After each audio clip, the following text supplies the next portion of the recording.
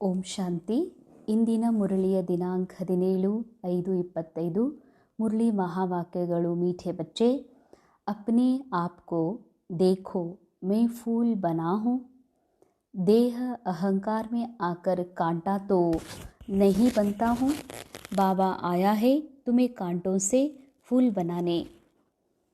ಮಧುರ ಮಕ್ಕಳೇ, ತಮಗೆ ತಾವು ನೋಡಿಕೊಡ್ರಿ, ನಾನು ಹೂ ಆಗಿದ್ದೀನೇನೋ.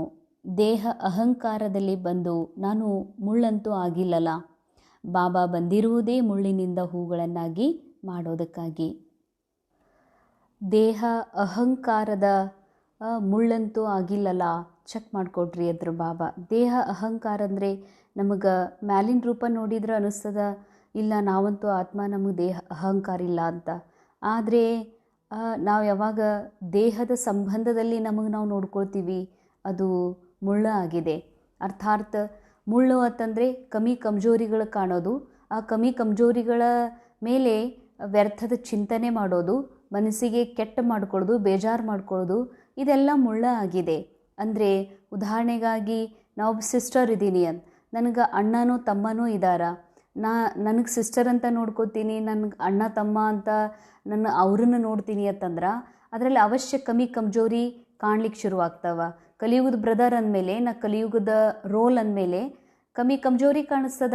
ನಾನು ಕರಿಬೇಕಾಗಿತ್ತು, ನನ್ನ ಕೇಳಾರ್ದೆ ಎಲ್ಲ ಮಾಡ್ತಾರೆ, ನಾವು ಎಷ್ಟು ಮಾಡಿದರೂ ನಮಗೇನು ಅಷ್ಟು ಕಿಮ್ಮತ್ತೆ ಕೊಡೋದಿಲ್ಲ, ಅಥವಾ ನನಗೆ ಆ ಪ್ರೀತಿ, ನಾನು ಪದೇ ಪದೇ ಮಾತಾಡುವುದಿಲ್ಲ, ನನಗೆ ಬಾ ಅನ್ನೋದಿಲ್ಲ. ಇದೆಲ್ಲ ಏನಿದು ದೇಹಭಾನ. ಇದರಿಂದ ದುಃಖನೇ ಆಗ್ತದ, ಮನಸ್ಸಿಗೆ ಕೆಟ್ಟ ಅನ್ನಿಸ್ತದ. ಅಥವಾ ನಾವೊಬ್ಬ ಮದರ್ ಅಂತ ತಿಳ್ಕೊತೀನಿ ಅಂತಂದ್ರೆ, ಆ ಮಗ ನೋಡು ಸೊಸಿದೆ ಮಾತು ಕೇಳ್ತಾನ, ಅಥವಾ ಮಗ ಏನೂ ನನಗೆ ಕೇರೆ ಮಾಡೋದಿಲ್ಲ, ಯಾಕವ ಅಂತ ಕೇಳಿಲ್ಲ ಅಂತ ಅನ್ಕೋತೀವಿ. ಮಗ ನಂದ ಮಾತು ಕೇಳಬೇಕು, ಹೆಂಗೆ ನೋಡು, ಮೊದಲೆಲ್ಲ ಇಷ್ಟೆಲ್ಲ ಬೆಳೆಸಿದ್ವಿ, ಹೀಗೆಲ್ಲ ಮಾಡಿದ್ವಿ. ಅಂದರೆ ಯಾವುದೇ ಒಂದು ಸಂಬಂಧದಲ್ಲಿ ನನ್ನನ್ನು ನಾನು ಕ್ಯಾರೆಕ್ಟರ್ ಅಥವಾ ರೋಲ್ ಅಂತ ತಿಳ್ಕೊತೀನಿ, ಕಂಪ್ಲೀಟ್ ಆತ್ಮ ನಿರಾಕಾರ ಅಂತ ತಿಳ್ಕೊಂಡು ಡ್ರಾಮಾದ ರೂಪದಲ್ಲಿ ಇದನ್ನು ನೋಡೋದಿಲ್ಲ, ಅನುಭವ ಮಾಡೋದಿಲ್ಲ ಅಂತಂದ್ರೆ ಕಮ್ಮಿ ಕಮ್ಜೋರಿಗಳು ಅವಶ್ಯ ಕಾಣಿಸ್ತವ. ಯಾವಾಗ ಕಮ್ಮಿ ಕಮ್ಜೋರಿಗಳು ಕಾಣಿಸ್ತಾವತ್ತಂದ್ರೆ ಮನಸ್ಸಿಗೆ ಕೆಟ್ಟ ಅನ್ನಿಸ್ತದ. ಮನಸ್ಸಿಗೆ ಕೆಟ್ಟ ಅನಿಸೋದೇ ದೇಹ ಅಹಂಕಾರ. ಇದು ಸತ್ಯ. ಕೆಟ್ಟ ಅನ್ನಿಸ್ತಾ ಇದೆ ಅಂದರೆ ಅದನ್ನೆಲ್ಲ ಸತ್ಯ ಅಂತ ತಿಳ್ಕೊತಿದ್ದೀನಿ. ಸತ್ಯ ಅಂತ ತಿಳ್ಕೊಳ್ಳೋದ ದೇಹ ಅಹಂಕಾರ ಅಂತಾರೆ ಬಾಬಾ. ಅದಕ್ಕೆ ಬಾಬಾ ಬಂದಿರೋದು ನಮ್ಮನ್ನು ಕಂಪ್ಲೀಟ್ ತಮ್ಮ ಸಮಾನ ಮಾಡಲಿಕ್ಕೆ, ಹೂ ಮಾಡಲಿಕ್ಕೆ, ಸುಂದರ ಪಾವನ ಮಾಡಲಿಕ್ಕೆ. ಅರ್ಥಾರ್ಥಿ ನಾಟಕವನ್ನು ಸಾಕ್ಷಿಯಾಗಿ ನೋಡ್ತಾ ಮನೋರಂಜನೆ ಅನುಭವ ಮಾಡಿಸ್ಲಿಕ್ಕೆ ಬಾಬಾ ಬಂದಿದ್ದಾರೆ. ಇನ್ನೂ ಸಹ ನಾವು ರೋಲ್ನಲ್ಲಿ ಸಿಕ್ಕಾಕೊಂಡು ಖುದ್ದು ದೇಹ ಅಂತ ತಿಳ್ಕೊಂಡು ದೇಹದಾರಿಗಳನ್ನು ನಮ್ಮವ್ರು ಅಂದ್ಕೊಂಡು ಅವರೊಳಗಿನ ಕಮ್ಮಿ ಕಮ್ಜೋರಿ ಕುಂದು ಕೊರತೆಗಳನ್ನು ನೋಡ್ತೀನಿ, ಅಥವಾ ಅವ್ರ ಬಗ್ಗೆ ಎಕ್ಸ್ಪೆಕ್ಟೇಷನ್ ಇಡ್ತೀನಿ. ಅವ್ರು ನನಗೆ ಇನ್ನೂ ಚಂದ ನೋಡ್ಕೋಬೇಕು, ನನಗೆ ಗೌರವ ಕೊಡಬೇಕು ಅಂತೀನಿ. ಅದ್ರ ಬದಲಾಗಿ ನಾನು ನೊಂದ್ಕೋತೀನಿ, ಮನಸ್ಸಿಗೆ ಕೆಟ್ಟ ಮಾಡ್ಕೋತೀನಿ ಅಂತಂದ್ರೆ ಇದೇ ದೇಹ ಅಹಂಕಾರ. ಅದಕ್ಕಾಗಿ ಬಾಬಾ ಹೇಳ್ತಾರೆ, ನಿಮಗೆ ನೀವು ನೋಡ್ಕೊಳ್ರಿ, ನನ್ನೊಳಗೆ ಇನ್ನೂ ದೇಹ ಅಹಂಕಾರ ಇದೆಯೋ ಅಥವಾ ಪೂರ್ಣ ಸಮಾಪ್ತ ಆಗಿದೆಯೋ ಅಂತ. ಅದಕ್ಕಾಗಿಯೇ ಬಾಬಾ ನಿಮ್ಮನ್ನು ನೀವು ನೋಡ್ಕೊಳ್ರಿ ಅಂತ ನಮಗೆ ಅಟೆನ್ಷನ್ ಕೊಡಿಸ್ತಾ ಇದ್ದಾರೆ.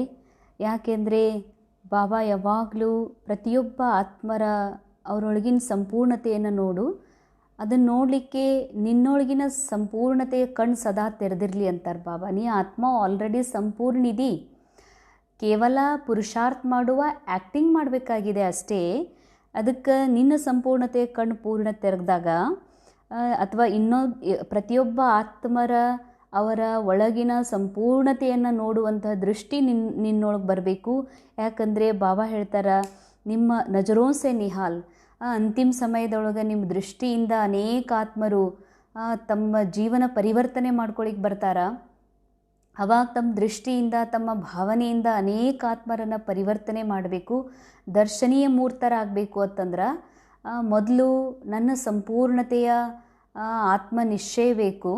ಆಮೇಲೆ ಪ್ರತಿಯೊಬ್ಬ ಆತ್ಮರು ಕೂಡ ಮೂಲತಃ ಸಂಪೂರ್ಣ ಶಿವಬಾಬನ ಮಕ್ಕಳು ಅನ್ನುವಂಥದ್ದು ನಿಶ್ಚಯ ಇತ್ತು ಅಂತಂದರೆ ನಮಗೆಂದೂ ಕೂಡ ಯಾವುದೇ ಆತ್ಮ ಯಾವುದೇ ಸಂಬಂಧದೊಳಗೆ, ಭಲೆ ಅವ್ರ ಅಣ್ಣ ಇರಲಿ, ತಮ್ಮ ಇರಲಿ, ಕಾಕ ಇರಲಿ, ಅಥವಾ ಅಕ್ಕ ತಂಗಿ, ಅಪ್ಪ ಅಮ್ಮ, ಯಾರೇ ಇರಲಿ, ಅವರನ್ನು ನಾವು ಆ ರೂಪದಲ್ಲಿ ನೋಡದೆ ಅವರು ನೋಡ್ತೀವಿ ಅಂತಂದ್ರೆ ಅಲ್ಲಿ ಮುಳ್ಳುಗಳು ಕಮ್ಜೋರಿಗಳು ಕಾಣಿಸ್ತವ.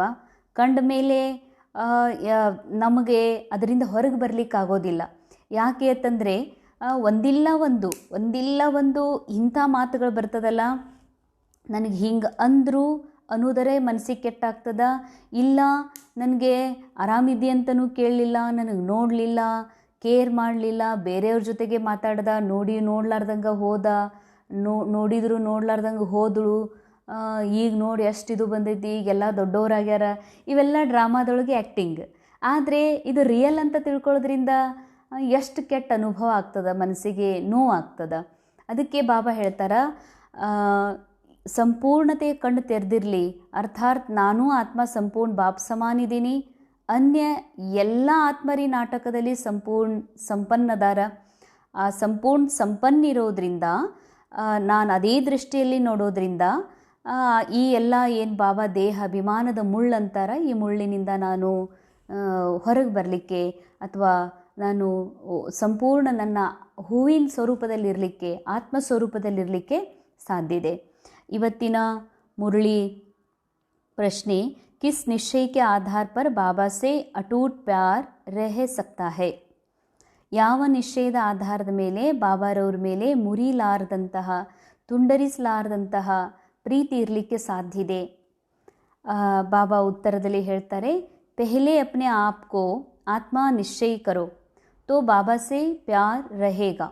ಮೊಟ್ಟ ಮೊದಲು ನಿಮಗೆ ನೀವು ಆತ್ಮ ಅಂತ ನಿಶ್ಚಯ ಮಾಡ್ಕೊಂಡ್ರಿ ಅಂತಂದ್ರೆ ಅವಾಗ ಬಾಬಾರ ಮೇಲೆ ಪ್ರೀತಿ ಇರ್ತದ. यह भी अटूट निश्चय चाहिए कि निराकार बाबा इस भगीरथ पर विराजमान है, वह हमें इनके द्वारा पढ़ा रहे हैं. जब यह निश्चय टूटता है तो प्यार कम हो जाता है. ಬಾಬನ ಮೇಲೆ ನಿಶ್ಚಯ ಅಂತಂದರೆ ಬಾಬಾ ಯಾರು ಅನ್ನೋದ್ರ ಮೇಲೆ, ಬಾಬಾ ಪರಮಾತ್ಮನ ಅನುಭವ ಎಷ್ಟು ಮಾಡೀನಿ ಅಷ್ಟು ನಾ ಆತ್ಮ ನಿಶ್ಚಯ, ಆತ್ಮದ ಅನುಭವ ಮಾಡೋಕ್ಕೆ ಸಾಧ್ಯ. ಆತ್ಮನ ನಿಶ್ಚಯ ಮತ್ತು ಬಾಬನ ಮೇಲೆ ನಿಶ್ಚಯ ಆದಾಗನೇ ಪರಮಾತ್ಮನ ಮೇಲೆ ಪ್ರೀತಿ ಬರಲಿಕ್ಕೆ ಸಾಧ್ಯ ಇದೆ. ಯಾಕಂದರೆ ಎಷ್ಟೋ ಬಾರಿ ನಾವು ಹೀಗೆ ತಿಳ್ಕೊತೀವಿ, ಮುರಳಿ ಕೇಳ್ತಿದ್ದೀವಿ ಅಥವಾ ಯಾರೋ ಮುರಳಿ ಕೇಳ್ತಿದ್ದಾರಂತಂದ್ರೆ ಅವ್ರಿಗೆ ಆತ್ಮ ನಿಶ್ಚಯ ಆಗಿದೆ ಅಂತ. ಅನೇಕ ಜನ ಮುರಳಿ ಕ್ಲಾಸಿಗೆ ಅಟೆಂಡ್ ಮಾಡೋರಲ್ಲಿ ಅಥವಾ ನಿತ್ಯ ಮುರಳಿ ಕೇಳೋರೊಳಗೆ ಎಷ್ಟೋ ಜನ ಹಿಂಗೆ ಕೇಳ್ತಾರೆ, ಏನೋ ಭಕ್ತಿ ಮಾರ್ಗದೊಳಗೆ ಹೆಂಗೆ ದೇವರಿಗೆ ಇಚ್ಛಾ ಇಟ್ಕೊಂಡು ಹೋಗ್ತಾರ ಆ ಥರ. ಅಂದ್ರೆ ನನ್ನ ಮಗಳಿಗೆ ಒಳ್ಳೆ ವರ ಸಿಗಲಿ, ಮಗನಿಗೆ ಒಳ್ಳೆ ಸೊಸೆ ಸಿಗಲಿ ಅಂತನೋ, ಅಥವಾ ಮನಸ್ಸಿಗೆ ಶಾಂತಿ ಸಿಗಲಿ ಅಂತನೋ, ಅಥವಾ ಹೆಂಗೆ ಯಾವಾಗಲೂ ಊರೊಳಗೆ ಒಂದಿಲ್ಲ ಒಂದು ಮಂದಿರಕ್ಕೆ ಹೋಗುವ ಅಥವಾ ಸತ್ಸಂಗಕ್ಕೆ ಹೋಗುವ ಅಭ್ಯಾಸ ಇರ್ತದ, ಅದೇ ಥರನೇ ಈ ಸತ್ಸಂಗದಾಗ ಬಾಬನ ಮುರಳಿ ಕ್ಲಾಸ್ನಾಗ ಬಂದು ಕೂಡುವಂಥ ಅಭ್ಯಾಸ ಇರ್ತದ. ಅಥವಾ ವಿಶೇಷ ನಾವು ರಿಜೆಕ್ಟೆಡ್ ಇದ್ವಿ, ನಮಗೇನು ಮತ್ತು ಬೇರೆ ಅಂಥ ಒಂದು ಪ್ರೀತಿ ಸ್ನೇಹ ಸಿಗ್ಲಾರ್ದಕ್ಕೂ ಕೂಡ ಇಲ್ಲಿ ಆ ಪ್ರೀತಿ ಸ್ನೇಹ ಸಿಗ್ತದಂತನೂ, ಅಥವಾ ಒಳ್ಳೆಯ ಸಂಘಟನೆ ಅದ ಅಂತನೂ, ಅಥವಾ ಸೇವಾ ಕೇಂದ್ರ ಚಂದ ಅನ್ನಿಸ್ತದೆ ಇಲ್ಲಿ ವಾತಾವರಣ ಅಂತನೂ ಬರೋರು ಅದಾರ. ಆದರೆ ತಮ್ಮ ಆತ್ಮ ನಿಶ್ಚಯ ಮಾಡಿಕೊಂಡು ಸತ್ಯ ನಿರಾಕಾರ ಪರಮಾತ್ಮನೇ ಬಂದು, ಜೀವನ್ ಮುಕ್ತಿ ದಾತಾನೇ ಪರಮಾತ್ಮನೇ ಬಂದು ಈ ಒಂದು ಭಗೀರಥನ ಶರೀರದ ಮೂಲಕ ಈ ಮಹಾವಾಕ್ಯ ನುಡಿಸ್ತಾರನ್ನುವಂಥ ನಿಶ್ಚಯ ಕೆಲವರಿಗೆ ಮಾತ್ರ ಇರ್ತದೆ. ಯಾರಿಗೆ ನಿಶ್ಚಯ ಇರ್ತದೋ ಅವರಿಗೆ ಬಾಬನ ಮೇಲೆ ಎಂದೂ ಮುರಿಲಾರ್ದಂಥ ಪ್ರೇಮ್ ಇರಲಿಕ್ಕೆ ಸಾಧ್ಯ ಇದೆ. ಪ್ರೇಮ್ ಅಂದ್ರೇನು? ಬಾಬನ ನೆನಪು. ಪ್ರೇಮ್ ಅಂದರೆ ಬಾಬಾ ಏನು ಹೇಳ್ತಾರೋ ಅದನ್ನು ಫಾಲೋ ಮಾಡುವಂಥದ್ದು. ಅದಕ್ಕಾಗಿ ಬಾಬಾ ಹೇಳ್ತಾರೆ, ಬಾಬನ ಮೇಲೆ ನಿಶ್ಚಯ ಇರುವುದು ಅಂತಂದರೆ ಸಾಕ್ಷಾತ್ ಪರಮಾತ್ಮನೇ ಮಹಾವಾಕ್ಯಗಳನ್ನು ಹೇಳ್ತಿದ್ದಾರಂದಮೇಲೆ ಬಾಬಾ ಹೇಳ್ದಂಗೆ ನಾನು ಶ್ರೀಮತ್ ಅನುಸಾರ ನಡೆದು ನನ್ನ ಆತ್ಮದ ಸಂಪೂರ್ಣ ಸ್ಥಿತಿಯಲ್ಲಿ ಸ್ಥಿತಾಗಿ ಬಾಬನ ಸಂಘದಲ್ಲಿ ಇದ್ದುಕೊಂಡು ಬಾಬನ ಪೂರಾ ಪ್ರಾಪರ್ಟಿಗೆ ಅಧಿಕಾರಿ ಆಗಬೇಕನ್ನುವಂಥದ್ದು ಯಾರೊಳಗೆ ಬರ್ಲಿಕ್ಕೆ ಸಾಧ್ಯ ಅದತ್ತಂದ್ರೆ ಯಾರು ನಾನು ಯಾರನ್ನುವಂಥ ಸತ್ಯವನ್ನು ಅರಿತಿದ್ದಾರೋ ಅಂಥವರು ಮಾತ್ರ ಬಾಬನ ಮೇಲೆ ಪೂರ್ಣ ಪ್ರೀತಿಯನ್ನು ಇಡಲಿಕ್ಕೆ ಸಾಧ್ಯ ಇದೆ. ಇಂದಿನ ಮುರಳಿಯ ಮುಖ್ಯ ಸಾರ, ಸವೇರೆ ಅಮೃತ ವೇಳೆ ಉಟ್ಕರ್ ಬಾಬಾ ಸೆ ಮೀಠಿ ಮೀಠಿ ಬಾತೆ ಕರ್ನಿ ಹೇ. ಅಮೃತ ವೇಳೆಯಲ್ಲಿ ಎದ್ದು ಬಾಬನ ಜೊತೆಗೆ ಮಧುರಾತಿ ಮಧುರ ಮಾತಾಡಬೇಕಿದೆ. ಏನಂತ ಮಾತಾಡಬೇಕು? ನಾನಂತೂ ಅಶರೀರಿ ಆತ್ಮ ಈ ನಾಟಕದಲ್ಲಿ ಬಂದೀನಿ, ಅಶರೀರಿಯಾಗಿ ಹೋಗ್ತೀನಿ ಅಂತಂದ್ರೆ ಮನುಷ್ಯರನ್ನು ಯಾಕೆ ನೆನಪು ಮಾಡಬೇಕು? ಈ ನಾಟಕದಲ್ಲಿ ಎಲ್ಲರೂ ಆತ್ಮ, ಯಾರೆಲ್ಲ ನನ್ನ ಸಂಬಂಧದೊಳಗೆ ಅದಾರ ಈ ಸಮಯದೊಳಗೆ ಅವರು ಆತ್ಮ ಅಶರೀರಿಯಾಗಿ ಬಂದಿದ್ದಾರ, ಅಶರೀರಿಯಾಗಿ ಹೋಗ್ತಾರ. ದೇಹ ಮಧ್ಯದಲ್ಲಿ ಸಿಕ್ಕಿದೆ, ದೇಹ ಬಿಟ್ಟು ಹೋಗೋದಿದೆ ಅಂದಮೇಲೆ ದೇಹದ ರೂಪದಲ್ಲಿ, ಸಂಬಂಧದ ರೂಪದಲ್ಲಿ ನಾನು ಯಾಕೆ ಅವ್ರ ನೆನಪು ಮಾಡಬೇಕು? ಯಾಕೆ ಅಂತಂದರೆ ಅವ್ರ ನೆನಪಿನಿಂದಂತೂ ನನ್ನ ಪಾಪ ತೊಳಿಲಿಕ್ಕೆ ಸಾಧ್ಯ ಇಲ್ಲಲ್ಲ ಅಂತ ಹಿಂಗೆ ನಿಮಗೆ ನೀವೇ ಮಾತಾಡಬೇಕು ಅಂತ ಹೇಳ್ತಾರೆ ಬಾಬಾ. ಅಶರೀರಿ ಬನ್ನೇಕ ಅಭ್ಯಾಸ ಕರ್ನಾ ಹೇ. ಅಶರೀರಿ ಆಗುವಂತಹ ಅಭ್ಯಾಸ ಮಾಡಬೇಕಾಗಿದೆ. ಅಶರೀರಿ ಆಗೋದು ಅಂತಂದರೆ ಈ ಡ್ರಾಮಾದಿಂದ, ಈ ರೋಲಿಂದ ಪೂರಾ ಎಲ್ಲ ಸಂಬಂಧ, ಇಲ್ಲಿಯ ಪ್ರಪಂಚದಿಂದ ಮನಸ್ಸನ್ನು ಡಿಟ್ಯಾಚ್ ಮಾಡ್ಕೊಳ್ಳೋದು, ಅಂದರೆ ಪ್ರೆಸೆಂಟಲ್ಲಿ ಇರೋದು.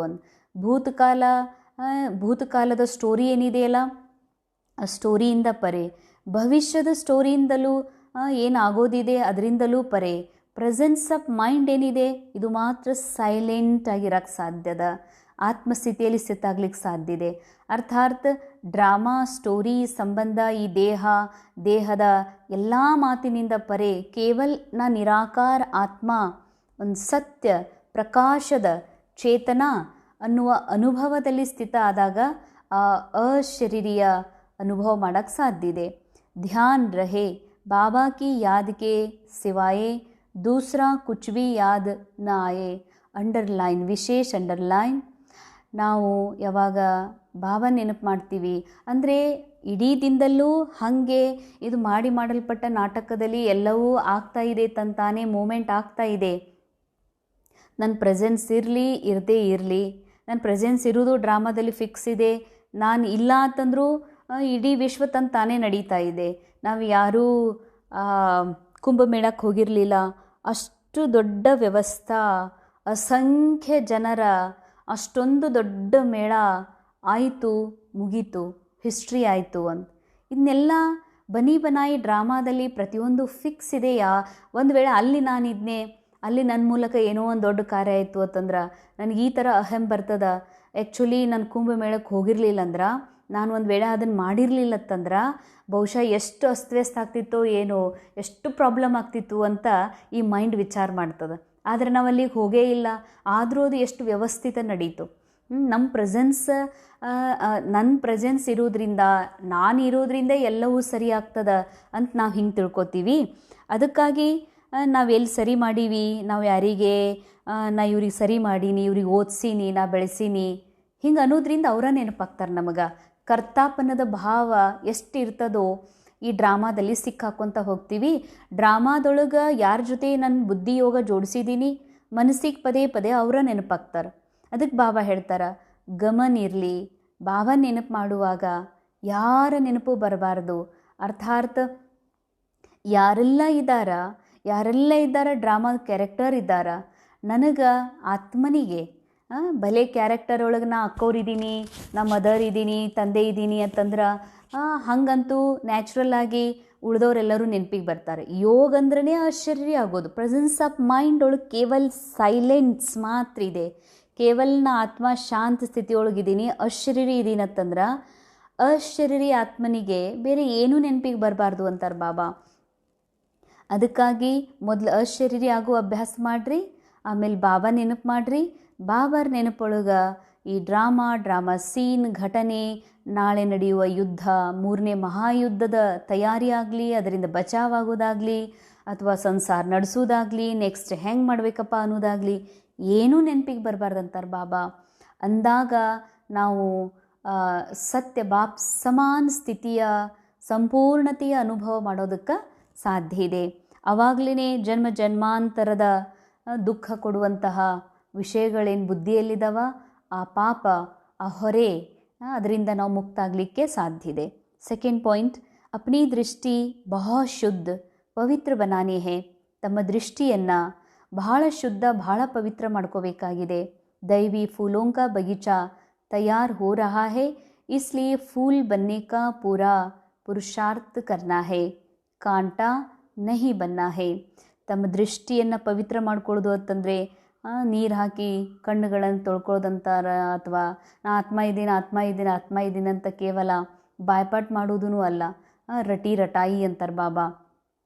ಅಪ್ನಿ ದೃಷ್ಟಿ ಪವಿತ್ರ ಅರ್ಥಾರ್ಥ ಯಾರೆಲ್ಲ ಆತ್ಮಗಳು ಯಾವ ಥರದ ಆ್ಯಕ್ಟಿಂಗ್ ಮಾಡ್ತಿದ್ದಾರ, ಅದರಲ್ಲಿ ಒಳ್ಳೆಯದೇ ಇರ್ಬೋದು, ಕೆಟ್ಟ ಆ್ಯಕ್ಟಿಂಗೇ ಇರ್ಬೋದು, ಆದರೆ ಆ್ಯಕ್ಟಿಂಗ್ ಮಾತ್ರ ಅದು ಡ್ರಾಮಾದ ಮೂಲಕ ಸಿಕ್ಕಂಥ ಆ್ಯಕ್ಟಿಂಗ್. ಆದರೆ ಪ್ರತಿ ಆತ್ಮನೂ ಏನಿದಾರ, ನಿರಾಕಾರ ಇದಾರ, ಪ್ರತಿ ಆತ್ಮ ಬಾಬನ್ ಸಮಾನ ಅದಾರ, ನಿರ್ದೋಷ ಅದಾರ ಅನ್ನುವಂಥ ಸ್ಮೃತಿ ಸದಾ ನೆನಪಿಟ್ಕೊಂಡು ಅವರನ್ನ ಆತ್ಮಿಕ ದೃಷ್ಟಿ, ಆತ್ಮಿಕ ಭಾವದಿಂದ ನೋಡೋದಕ್ಕಂತಾರೆ ಬಾಬಾ. ತಮ್ಮ ದೃಷ್ಟಿಯನ್ನು ಶುದ್ಧ ಮಾಡ್ಕೊಳ್ರಿ ದೈವಿ ಹೂಗಳ ಗಾರ್ಡನ್ ತಯಾರಾಗ್ತಾ ಇದೆ, ಅದಕ್ಕಾಗಿ ತಾವು ತಮ್ಮನ್ನು ಹೂ ಆಗುವಂಥ ಪುರುಷಾರ್ಥ. ಹೂ ಆಗೋದು ಅಂದ್ರೆ ಆತ್ಮ ಆಗೋದು, ಆತ್ಮಸ್ಥಿತಿಯಲ್ಲಿ ಸ್ಥಿತ ಆಗೋದು, ಮತ್ತು ಇನ್ನೊಬ್ಬರನ್ನು ಆತ್ಮಿಕ ರೂಪದಲ್ಲಿ ನೋಡೋದು.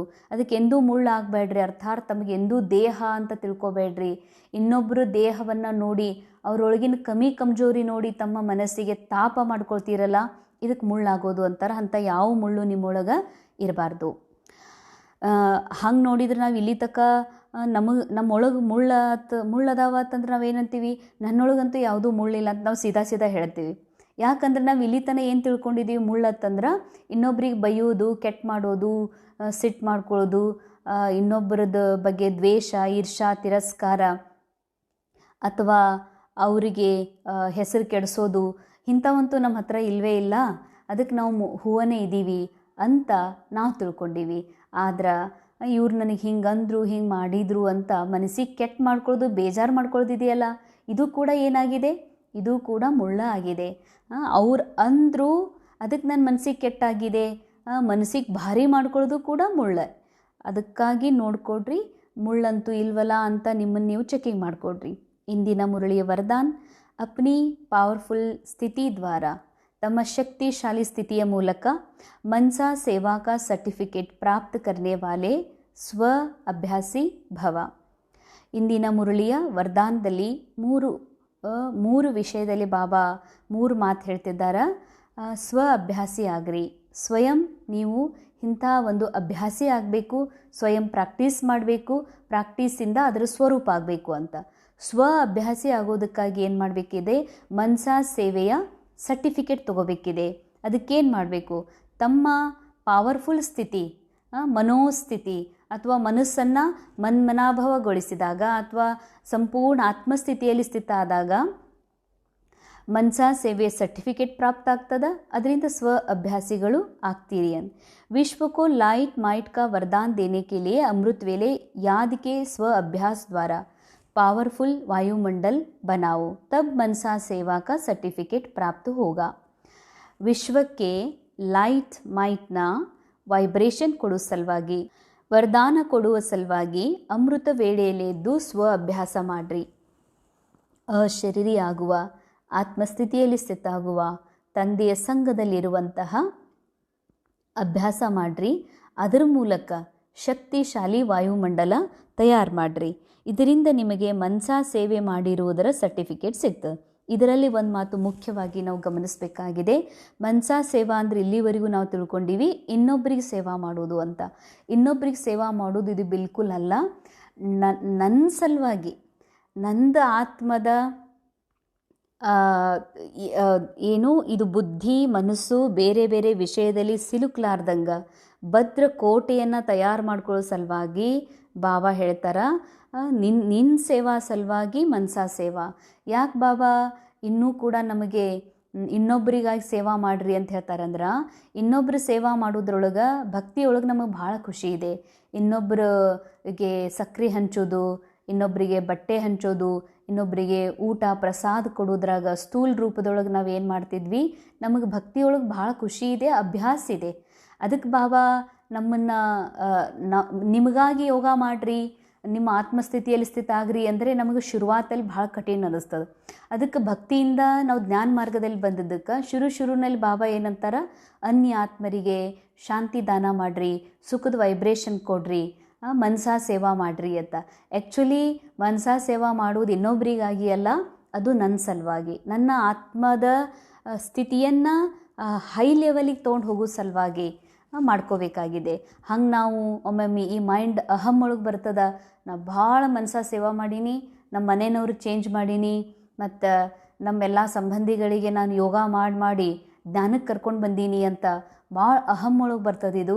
ಅದಕ್ಕಾಗಿ ಈ ಮಾತು ಸ್ಪಷ್ಟ ಇರಬೇಕು. ಮನಸ ಸೇವಾ ನನ್ನ ಕಲ್ಯಾಣಕ್ಕಾಗಿ, ನನ್ನ ಮನಸ್ಸಿನ ಕಲ್ಯಾಣಕ್ಕಾಗಿ, ಈ ಮನಸ್ಸನ್ನು ಹೈಯರ್ ಕಾನ್ಷಿಯಸ್ಸಿಗೆ ತೊಗೊಂಡು ಹೋಗೋ ಸಲುವಾಗಿ ಸೇವಾ ಮಾಡೋದಿದೆ. ಅದಕ್ಕೆ ಅಮೃತ ವೇಳೆಯಲ್ಲಿ ಎದ್ದು ಈ ಅಭ್ಯಾಸ ಮಾಡಿರಿ, ಮನಸಾ ಸೇವೆ ಸರ್ಟಿಫಿಕೇಟ್ ತೊಗೊಡ್ರಿ. लास्ट समय में मनसा द्वारा ही नज़र से निहाल करने की, अपनी वृत्ति द्वारा उनकी वृत्तियों को बदलने की सेवा करनी है. ಅಂಡರ್ಲೈನ್. ಅಂತಿಮ ಸಮಯದೊಳಗೆ ನಾವು ಯಾವಾಗ ಆತ್ಮ ನಮ್ಮ ಸಂಪೂರ್ಣ ಸ್ಟೇಜ್ ಒಳಗಿರ್ತೀವಿ, ನಮ್ಮ ಎದುರುಗಡೆಗೆ, ನಮ್ಮ ರೋಲ್ ಎದುರುಗಡೆಗೆ ಅನೇಕ ಆತ್ಮ ನಮ್ಮ ದೃಷ್ಟಿಯಿಂದ ತಮ್ಮ ಜೀವನ ಪರಿವರ್ತನೆ ಮಾಡ್ಕೊಳಿಕ್ಕೆ ಬರ್ತಾರೆ. ಆವಾಗ ಜ್ಞಾನ ಕೊಡೋ ಟೈಮ್ ಇರೋದಿಲ್ಲ. ಆವಾಗ ತಿಳುವಳಿಕೆ ಹೇಳಿ ಅವರಿಗೆ ನಾನು ಪರಮಾತ್ಮನ ಪರಿಚಯ ಕೊಡ್ತೀನಂದ್ರೆ ಇರೋದಿಲ್ಲ. ಕೇವಲ ನಮ್ಮ ಸತೋಪ್ರಧಾನ ದೃಷ್ಟಿಯಿಂದನೇ ಅವ್ರನ್ನ ಚೇಂಜ್ ಮಾಡೋದಿರ್ತದ.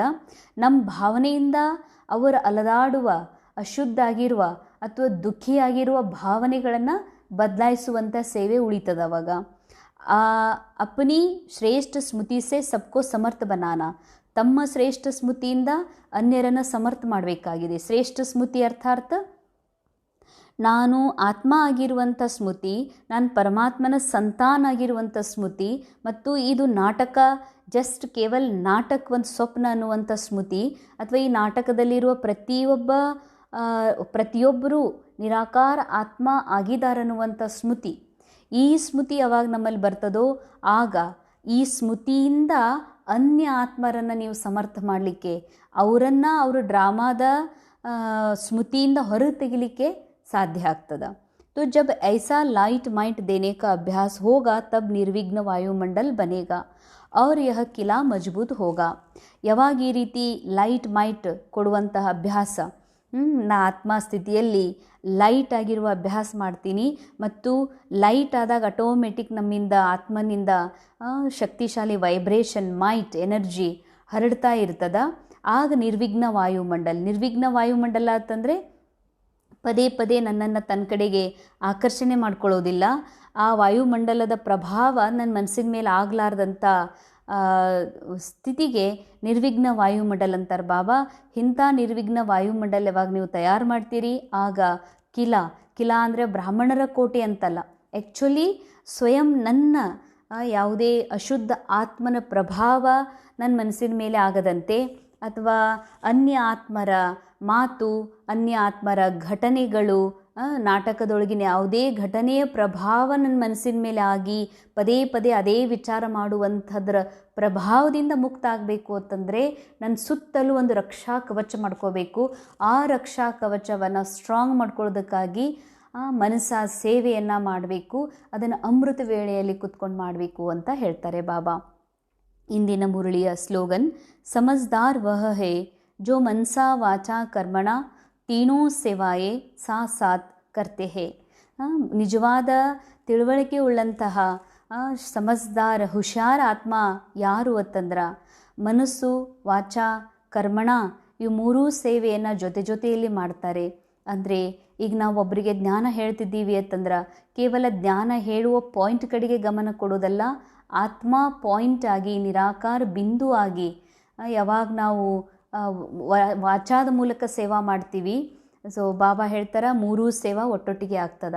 ಅಂದರೆ ನಾವು ಸಿಂಗಲ್ ಸೇವಾ ಮಾಡ್ತೀವಿ ಅಂತಂದ್ರೆ ನಮ್ಮ ಹತ್ರ ಆ ಸಮಯನೇ ಇಲ್ಲ. ಅಂದಮೇಲೆ ಬಾಬಾ ಹೇಳ್ತಾರೆ ನಿರಂತರ ಯಾರ್ದು ಏನೇ ಕೆಲಸ ಮಾಡ್ತಿರತ್ತಂದ್ರೆ ವಾಚಾದಿಂದ ಇನ್ನೊಬ್ರಿಗೆ ಮಾತು ಹೇಳ್ತಿರತ್ತಂದ್ರೆ ಮನಸ್ಸಿಂದ ಆತ್ಮಸ್ಥಿತಿಯಲ್ಲಿ ಸ್ಥಿತ ಆಗಿ ಅವರೊಳಗೂ ಕೂಡ ಆತ್ಮವನ್ನು ನೋಡ್ತಾ ನಿರಾಕಾರ ಆತ್ಮಸ್ಥಿತಿಯಲ್ಲಿ ಸ್ಥಿತ ಆಗಿ ಸೇವೆಯನ್ನು ಮಾಡ್ರಿ ಅಂತ. व्यक्ति सारे रूहानी रॉयल्टी और प्यूरिटी की पर्सनालिटी धारण करो. ಆತ್ಮೀಯ ಘನತೆ ಮತ್ತು ಪವಿತ್ರತೆಯ ವ್ಯಕ್ತಿತ್ವವನ್ನು ಧಾರಣೆ ಮಾಡಿಕೊಡ್ರಿ. जो चैलेंज करते हो सेकंड में मुक्ति जीवन मुक्ति का वर्षा प्राप्त करो, उसको प्रैक्टिकल में लाने के लिए स्व परिवर्तन की गति सेकंड तक पहुंची है. ವಿಶೇಷ ಅಂಡರ್ಲೈನ್ ಮಾಡ್ಕೊಳ್ಳುವಂತಹ ಭಾಳ ಸುಂದರವಾದಂಥ ಮಹಾವಾಕ್ಯ ಬಾಬಾ ಅಟೆನ್ಷನ್ ಕೊಡಿಸ್ತಿದ್ದಾರೆ. ಯಾವುದು ಚಾಲೆಂಜ್ ಮಾಡ್ತಿರಲ್ಲ, ಸೆಕೆಂಡಲ್ಲಿ ಮುಕ್ತಿ ಜೀವನ್ ಮುಕ್ತಿಯ ಆಸ್ತಿಯನ್ನು ಅನ್ಯ ಆತ್ಮರಿಗೆ ಕೊಡಿಸುವಂಥದ್ದು, ಸೆಕೆಂಡಿನಲ್ಲಿ ಮುಕ್ತಿ ಜೀವನ್ ಮುಕ್ತಿಯ ಆಸ್ತಿ ನಮ್ಮ ಕ್ಯಾರೆಕ್ಟರ್, ನಾವು ಆತ್ಮಗಳ ಮೂಲಕ ಅನ್ಯರಿಗೆ ಕೊಡಿಸ್ಬೇಕಾಗಿದೆ. ಅದಕ್ಕೆ ಮೊದಲು ನಮ್ಮ ಹತ್ರ ಯಾವ ಪ್ರಾಕ್ಟೀಸ್ ಇರಬೇಕಾಗಿದೆ, ಒಂದು ಸೆಕೆಂಡಲ್ಲಿ ಪರಿವರ್ತನ ಮಾಡ್ಕೊಳ್ಳುವಂಥ ತಾಕತ್ತಿದೆಯಾ? ಸೊ ಭಾಳ ವಿಶೇಷ ಇದ್ರ ಬಗ್ಗೆ ಚಿಂತನೆ ಮಾಡಬೇಕಾಗಿದೆ ನಾವು. ಬಾಬಾ ಹೇಳ್ತಾರೆ, ನಿಮ್ಮೊಳಗೆ ಈ ಮೈಂಡ್ ಒಂದು ಸೆಕೆಂಡಲ್ಲಿ ಕನ್ವಿನ್ಸ್ ಆಗಬೇಕು. ಅಂದರೆ ಅಚಾನಕ್ಕಾಗಿ ನಮ್ಮ ಬ್ರದರ್ ಏನೋ ಒಂದು ಮಾತಂದರು, ಏಕ್ದಮ್ ನನ್ನ ಮನಸ್ಸಿಗೆ ಕೆಟ್ಟ ಅನ್ನಿಸ್ತದ. ಸೆಕೆಂಡಲ್ಲಿ ಮೈಂಡಿಗೆ ಕನ್ವಿನ್ಸ್ ಮಾಡಬೇಕು, ಇದು ಡ್ರಾಮಾ. ಏಕ್ದಮ್ ಆತ್ಮ ನಮ್ಮ ಬ್ರದರ್ ಅಂತ ಏನು ತಿಳ್ಕೊಂಡಿದ್ದೀನಿ, ನಿರಾಕಾರ ಆತ್ಮ ಆ್ಯಕ್ಟಿಂಗಲ್ಲಿ ಈ ರೀತಿ ಮಾಡಬೇಕಾಗಿತ್ತು, ಅವ್ರು ಅದ ಅಂದಿದಾರ, ಇಲ್ಲ ಇದನ್ನು ಹಚ್ಕೊಳ್ಳೋ ಜರೂರತ್ತಿಲ್ಲ. ಸೆಕೆಂಡಲ್ಲಿ ಆಗ್ಬೇಕಂತ ಹೇಳ್ತಾರೆ ಬಾಬಾ. ಒಂದು ಘಟನೆ ಘಟಿಸ್ತು, ಲಾಸ್ ಆಯಿತು, ಅಥವಾ ಏನೋ ಒಡೆದು ಹೋಯ್ತು, ಮುರಿದು ಹೋಯ್ತು, ಅದರದ್ದು ಚಿಂತನೆ ಏನು ಮನಸ್ಸಿಗೆ ನಡೀತದಲ್ಲ, ಅದು ಒಂದು ಸೆಕೆಂಡಲ್ಲಿ ಮುಗಿದು ಹೋಗ್ಬಿಡ್ಬೇಕಂತಾರೆ ಬಾಬಾ. ಸೆಕೆಂಡಲ್ಲೇ ಹೋಗಬೇಕು. ಏನೋ ಒಂದು ನಮ್ಮ ಆಸೆ ಇಚ್ಛೆಗಳು ಏನೆಲ್ಲ ಇದಾವ, ಅದು ಆಗಲಿಲ್ಲ, ಅದು ಪೂರ್ಣ ಆಗಲಿಲ್ಲ, ಅದು ನಡೀಲಿಲ್ಲ, ಆ ಘಟನೆ ನಾ ಅಂದ್ಕೊಂಡಂಗೆ ಆಗಲಿಲ್ಲ ಅಂತಂದ್ರೆ ಆಗಲಿಲ್ಲ, ಹಿಂಗಾಗಲಿಲ್ಲ ಅಂತ ಆ ವಿಷಯದಲ್ಲಿ ಸಿಕ್ಕಾಕೊಳ್ಳೋದಲ್ಲ. ಸೆಕೆಂಡಲ್ಲಿ ಚೇಂಜ್, ಬಸ್ ಜೋ ಹೋನಾ ನಿಯತಿ ಅನುಸಾರ ಏನಾಗಬೇಕಾಗಿತ್ತು ಆಗಿದೆ, ಏನು ಆಗಬೇಕಾಗಿತ್ತು ನಡಿಬೇಕಾಗಿದ್ದು ನಡೀತಾ ಇದೆ, ಮುಂದೆ ಅದ ನಡೀತದ ಅನ್ನುವಂಥದ್ದು ಇಷ್ಟು ಪಕ್ಕಾ ಪಾಠ. ಅದಕ್ಕೆ ಬಾಬಾ ಹೇಳ್ತಾರೆ, ಶರೀರದಲ್ಲಿ ರೋಗ ಆಗಿದೆ ಅಂತಂದ್ರೂ ಕೂಡ ಹಿಂಗೆ ಯಾಕಾಯಿತು, ಅದನ್ನೇ ಕಂಟಿನ್ಯೂ ಬೆಳೆಸ್ಕೊಳ್ಳೋದಲ್ಲ. ಮೈಂಡಲ್ಲಿ ಈ ಮೈಂಡ್ ಏನು ಡ್ರಾಮಾದ ಮಾತುಗಳಿಗೆ ಪ್ರಭಾವಿತ ಆಗ್ತದ, ಸಿಲುಕ್ತದ, ಅದನ್ನು ಹೊರಗೆ ತೆಗಿಲಿಕ್ಕೆ, ವಾಪಸ್ ಆತ್ಮದ ಕಡೆಗೆ ಒಂದು ಮಾಡಲಿಕ್ಕೆ, ಈ ಮನಸ್ಸನ್ನು ಬಾಬನ ಜೊತೆಗೆ ಮನ್ಮನಾಭವಗೊಳಿಸ್ಲಿಕ್ಕೆ ಒಂದು ಸೆಕೆಂಡಲ್ಲಿ ನೀವು ಪರಿವರ್ತನೆ ಮಾಡ್ತೀರಿ ಏನಂತಾರೆ ಬಾಬಾ. ನಿಮ್ಮ ಮನಸ್ಸನ್ನು ನೀವು ಒಂದು ಸೆಕೆಂಡ್ನಲ್ಲಿ ಪರಿವರ್ತನೆ ಮಾಡುವಷ್ಟು ನಿಮ್ಮ ಮನಸ್ಸನ್ನು ಹೊರಗಿನ ಪ್ರಭಾವದಿಂದ ಬಿಡಿಸ್ಕೊಂಡು ದುಃಖದಿಂದ ಹೊರಗೆ ತಂದು ನಿರಾಕಾರ ಬಿಂದು ಪಾಯಿಂಟಲ್ಲಿ ಸ್ಥಿತ ಮಾಡಲಿಕ್ಕೆ ಒಂದು ಸೆಕೆಂಡಿನ ಅಭ್ಯಾಸದ ಸೆಕೆಂಡೊಳಗೆ ಮಾಡಿಬಿಡ್ತೀರತ್ತಂದ್ರೆ ಅವಾಗ ನೀವು ಬೇರೆ ಅನ್ಯ ಆತ್ಮರಿಗೂ ಕೂಡ ಸೆಕೆಂಡ್ನಲ್ಲಿ ಮುಕ್ತಿ, ಜೀವನ್ ಮುಕ್ತಿ ಕೊಡಿಸ್ಲಿಕ್ಕೆ ಸಾಧ್ಯ ಇದೆ. ಸ್ವಪರಿವರ್ತನ್ ದ್ವಾರ ಅವರೊಂಕೋ ಪರಿವರ್ತನ್ ಕರ್ನ. ಅನ್ಯರಿಗೆ ಯಾವಾಗ ನಾನು ಹಿಂಗೆ ಜಲ್ದಿ ಪರಿವರ್ತನೆ ಮಾಡ್ಲಿಕ್ಕೆ ಸಾಧ್ಯ?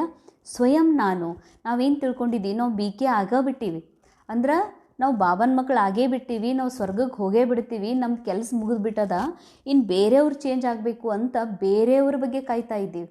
ಮೊನ್ನೆನೂ ಬಾಬಾ ಹೇಳಿದರು, ಬೇರೆಯವ್ರ ಸಂಸ್ಕಾರ ಪರಿವರ್ತನೆ ಆಗ್ಲಿಕ್ಕೆ ಕಾಯಕ್ಕೆ ಹೋಗಬೇಡ್ರಿ. ಕೆಲವ್ರ ಸಂಸ್ಕಾರ ಅಂತಿಮದವರೆಗೂ ಇರ್ತಾವ, ಕೆಲವ್ರು ದಾಸಿಯಾದಂಥ ಸಂಸ್ಕಾರ, ಕೆಲವರು ಕ್ರೋಧದ ಸಂಸ್ಕಾರ, ಕೆಲವ್ರು ಸುಳ್ಳು ಹೇಳೋ ಸಂಸ್ಕಾರ, ಕೆಲವ್ರು ಯಾವಾಗಲೂ ಹೇರಾಪಾರಿ ಮಾಡೋ ಸಂಸ್ಕಾರ, ಲಾಸ್ಟ್ ಡ್ರಾಮಾ ಮುಗಿಯೂತಕ್ಕೂ ಇರ್ತದ. ಅವ್ರು ಚೇಂಜ್ ಆಗಲಿ ಅಂತ ನೀವು ಕಾಯೋದಿಲ್ವಲ್ಲ. ಅದಕ್ಕೆ ಬಾಬಾ ಅಂತಾರೆ, ಮೊದಲು ನೀವು ಚೇಂಜ್ ಆಗ್ರಿ, ಅವಾಗ ನೀವು ಬೇರೆಯವ್ರನ್ನು ಕೂಡ ಚೇಂಜ್ ಮಾಡ್ಬೋದು. ಅನುಭವ कराओ कि ब्रह्मा कुमार अर्थात वृत्ति दृष्टि कृति और वाणी परिवर्तन साथ साथ प्यूरिटी की पर्सनालिटी रूहानी रॉयल्टी का अनुभव कराओ. ಬಾಬಾ ಹೇಳ್ತಾರೆ. ಇಷ್ಟು ವಿಶೇಷ ಮಾತು ಬಾಬಾ ಹೇಳಿದ್ದಾರೆ.